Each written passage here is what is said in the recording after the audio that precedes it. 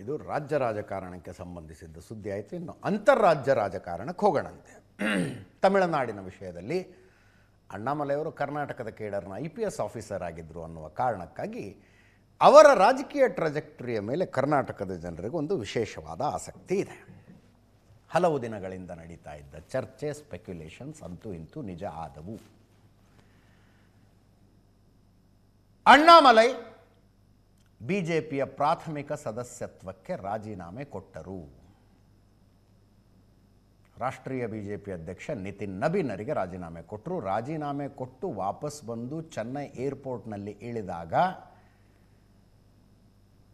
ಅವರನ್ನು ಜನ ಸ್ವಾಗತಿಸಿದ ರೀತಿ.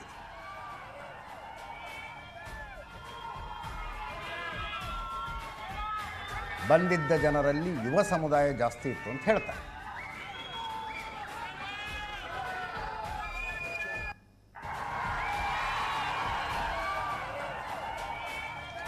ರಾಜೀನಾಮೆ ಘೋಷಣೆ ಮಾಡಿ ಅವರೊಂದು ಚಳುವಳಿ ಸ್ಥಾಪನೆಯ ಸೂಚನೆ ಕೊಟ್ಟಿದ್ದಾರೆ. ಅವರು ಶುರು ಮಾಡಿದ್ದಾರೆ ಆಲ್ರೆಡಿ.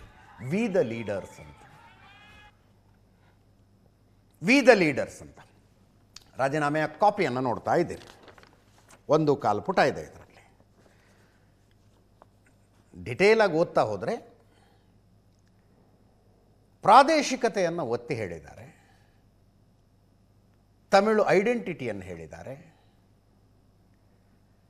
ತಮಿಳುನಾಡಿನಲ್ಲಿ ಬಿಜೆಪಿ ಹೇಗೆ ಮುಂದುವರಿಬೇಕು, ಹೇಗೆ ಬೆಳಿಬೇಕು ಅನ್ನೋ ವಿಷಯದಲ್ಲಿ ನನ್ನ ಪರಿಕಲ್ಪನೆಗೂ ನಿಮ್ಮ ಪರಿಕಲ್ಪನೆಗೂ ವ್ಯತ್ಯಾಸಗಳಿದ್ದಾವೆ. ಆದ್ದರಿಂದ ನಾನು ಪಕ್ಷದಿಂದ ಪ್ರತ್ಯೇಕನಾಗುತ್ತಿದ್ದೇನೆ ಅಂತ ರಾಜೀನಾಮೆ ಪತ್ರದಲ್ಲಿದೆ.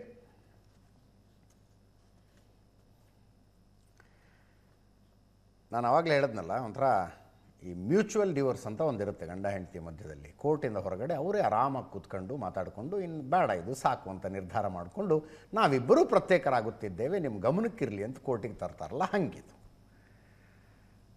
ಇನ್ನೊಂದು ಬಡದಾಡ್ಕೊಂಡು ಡಿವೋರ್ಸ್ ಆಗೋದು ಇನ್ನೊಂದು ಥರ ಇರುತ್ತೆ. ಅವ್ರ ಕಡೆ ಲಾಯರು, ಇವ್ರ ಕಡೆ ಲಾಯರು, ಅವ್ನು ಹಂಗೆ ಮಾಡ್ದ, ಇವಳು ಹಿಂಗೆ ಮಾಡಿದ್ಲು ಅಂಥೇಳಿ ಆ ರೀತಿ ಪಕ್ಷ ಬಿಡುವುದು ಇರ್ತವೆ.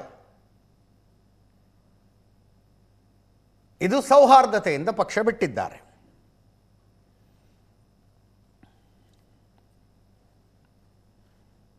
ಸುಮ್ಮನೆ ನಿಮಗೊಂದು ಪ್ಯಾರಾದಲ್ಲಿರುವ ಒಂದು ಪ್ಯಾರಾ ಹೇಳೋದಾದರೆ,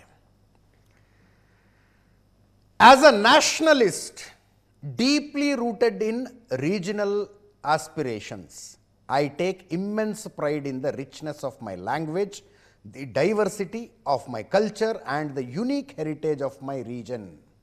I firmly believe that a strong and united India is built upon the strength, dignity and aspirations of its many regions and communities. I thank the senior leadership of Bharatiya Janata Party for your unwavering support for the cause and concerns I have consistently brought to their attention from time to time. ಕೊನೆಯಲ್ಲಿ ಹೇಳ್ತಾರೆ, after my conversation with our senior leadership, I have come to the conclusion that our views don't align regarding Tamil Nadu. ತಮಿಳುನಾಡಿನ ವಿಷಯದಲ್ಲಿ ನಮ್ಮ ದೃಷ್ಟಿಕೋನದಲ್ಲಿ ಸಾಮ್ಯತೆ ಇಲ್ಲ ಅನ್ನುವುದು ನನಗೆ ಅರ್ಥ ಆಗಿದೆ. After much thought, I believe the time has come for me to step out of the party, reflect on the actual purpose of my entering politics and sail where the winds take me in the future. ಅಂತ ರಾಜೀನಾಮೆಯನ್ನು accept ಮಾಡಿರುವುದಾಗಿ ಬಿಜೆಪಿಯಿಂದ ಒಂದು ಪ್ರಕಟಣೆಯು ಬಂದಿದೆ. ನೋಡಿ, ತಮಿಳುನಾಡು ರಾಜಕಾರಣ 3 ಯುವ ನೇತಾರರ ಸುತ್ತ ಗಿರಿಕೆ ಹೊಡಿತಾ ಇದೆ. ಈಗ ಸ್ಪರ್ಧಿಸಿದ ಮೊಟ್ಟ ಮೊದಲ ಚುನಾವಣೆಯಲ್ಲೇ ಒಂದು ವಾವ್ ಫ್ಯಾಕ್ಟರ್ ಕ್ರಿಯೇಟ್ ಮಾಡಿ ವಿಜಯ್ ಅವರ TVK ಪಕ್ಷ ಅಧಿಕಾರಕ್ಕೆ ಬಂದಿದೆ. ಒಬ್ಬ ಯಂಗ್ ಚೀಫ್ ಮಿನಿಸ್ಟರ್ ಇದ್ದಾರಲ್ಲಿ. ಇನ್ನೊಂದು ಕಡೆ 5 ವರ್ಷ ಆಳ್ವಿಕೆ ಮಾಡಿದ DMK ಸೋತು ಹೋಗಿದೆ, ಮುಖ್ಯಮಂತ್ರಿನೇ ಸೋತಿದ್ದಾರೆ. ಅವರ ಮಗ ಉದಯನಿಧಿ ಮತ್ತೊಂದು ಯಂಗ್ ಫೇಸು ವಿಪಕ್ಷ ನಾಯಕರಾಗಿದ್ದಾರೆ. ಅವರ ನಡುವೆ ಅಣ್ಣಾಮಲೈ ಒಂದು ರಾಷ್ಟ್ರೀಯ ಪಕ್ಷದ ಜವಾಬ್ದಾರಿಯನ್ನು ಕಳಚಿಕೊಂಡು ಸ್ವಂತದ್ದೇನೋ ಮಾಡ್ತೀನಿ ಅಂತ ಬರ್ತಾ ಇದ್ದಾರೆ. ವಿ ದ ಲೀಡರ್ಸ್ ಅಂತ ಒಂದು ಮೂವ್ಮೆಂಟ್ ಶುರು ಮಾಡಿದ್ದಾರೆ ಅವರು. ಅದರ ಉದ್ದೇಶ ಏನು? ತಮಿಳುನಾಡಿನ ಮೂಲೆ ಮೂಲೆಗಳಲ್ಲೂ ಲೀಡರ್ಶಿಪ್ ಕ್ವಾಲಿಟಿ ಇರುವಂಥ ಯುವಕ ಯುವತಿಯರನ್ನು ಗುರುತಿಸಿ ಅವರಿಗೆ ಪೊಲಿಟಿಕಲ್ ಲೀಡರ್ಶಿಪ್ನಲ್ಲಿ ಟ್ರೈನಪ್ ಮಾಡಬೇಕು ಅನ್ನುವಂಥ ಮೂಮೆಂಟ್ ಇದು. 7 ಲಕ್ಷ ಜನ ಆಲ್ರೆಡಿ ಆನ್ಲೈನ್ನಲ್ಲಿ ಅದಕ್ಕೆ ಮೆಂಬರ್ಶಿಪ್ ಮಾಡ್ಕೊಂಡಿದ್ದಾರೆ. ಈಗ ಒಂದು 9 ಲಕ್ಷ ಆದ್ರಂತೆ. We the leaders, the movement belongs to the people. ಈ ಚಳವಳಿ ಜನರಿಗೆ ಸೇರಿದ್ದು ಅಂತ 9 ಲಕ್ಷ ಮೆಂಬರ್ಸ್ ಆಗಿದ್ದಾರಂತೆ. ಅಣ್ಣಾಮಲೈ ಅವರ ಜೊತೆಗೆ ರಜನಿಕಾಂತ್ ಅವರು ಏನಾದ್ರು ಕೈ ಜೋಡಿಸ್ತಾರಾ? ಅದರ್ವೈಸ್ ಇವತ್ತಿನ ಈ ಘೋಷಣೆಯ ಭಾಷಣದಲ್ಲಿ ರಜನಿಕಾಂತ್ ಅವರ ಹೆಸರಿನ ಪ್ರಸ್ತಾಪ ಬರಬೇಕಾಗಿರಲಿಲ್ಲ. ಬಟ್ ಒಂದು ಸ್ಪೆಷಲ್ ಮೆನ್ಷನ್ ಮಾಡಿದರು ಅಣ್ಣಾಮಲೈ ಅವರು. BJP ಸೇರುವುದು ಅಂತ ನಿರ್ಧರಿಸಿ ಇನ್ನೇನು ಜಾಯ್ನ್ ಆಗಬೇಕು ಅಂದಾಗ ರಜನಿಕಾಂತ್ ಅವರು ಫೋನ್ ಮಾಡಿದ್ರಂತ ಅಣ್ಣಾಮಲೈ ಅವ್ರಿಗೆ, ನಮ್ಮ ಜೊತೆಗೆ ಬಂದುಬಿಡಿ ಅಂತ. ಬಟ್ ಇವ್ರು ಡಿಸಿಷನ್ ಮಾಡಿಬಿಟ್ಟಿದ್ರು ಅಷ್ಟೊತ್ತಿಗಾಗಲೇ BJP ಸೇರಿಕೊಳ್ಳೋದು.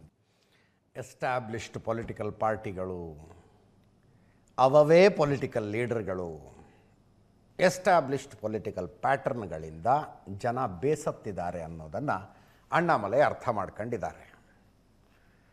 ಆ ಬೇಜಾರು ತಮಿಳ್ನಾಡಿನಲ್ಲಷ್ಟೇ ಇದೆ ಅಂತ ಅನ್ಕೊಳ್ಳೋದು ಬೇಡ. ತಮಿಳ್ನಾಡಿನಲ್ಲಷ್ಟೇ ಜನ ಬೇಸತ್ತಿದ್ದಾರೆ ಅಂತ ಅನ್ಕೊಳ್ಳೋದು ಬೇಡ. ಅಣ್ಣಾಮಲೈ ರಾಜೀನಾಮೆಯಿಂದ BJPಗೆ ಏನೂ ಸಮಸ್ಯೆ ಆಗೋದಿಲ್ಲ ಅಂತ BJP ರಾಜ್ಯಾಧ್ಯಕ್ಷ ನೈನಾರ್ ನಾಗೇಂದ್ರನ್ ಹೇಳಿದ್ದಾರೆ. ಸಮಸ್ಯೆ ಆಗುವಂಥದ್ದು ಏನಿದೆ ಅಲ್ಲಿ?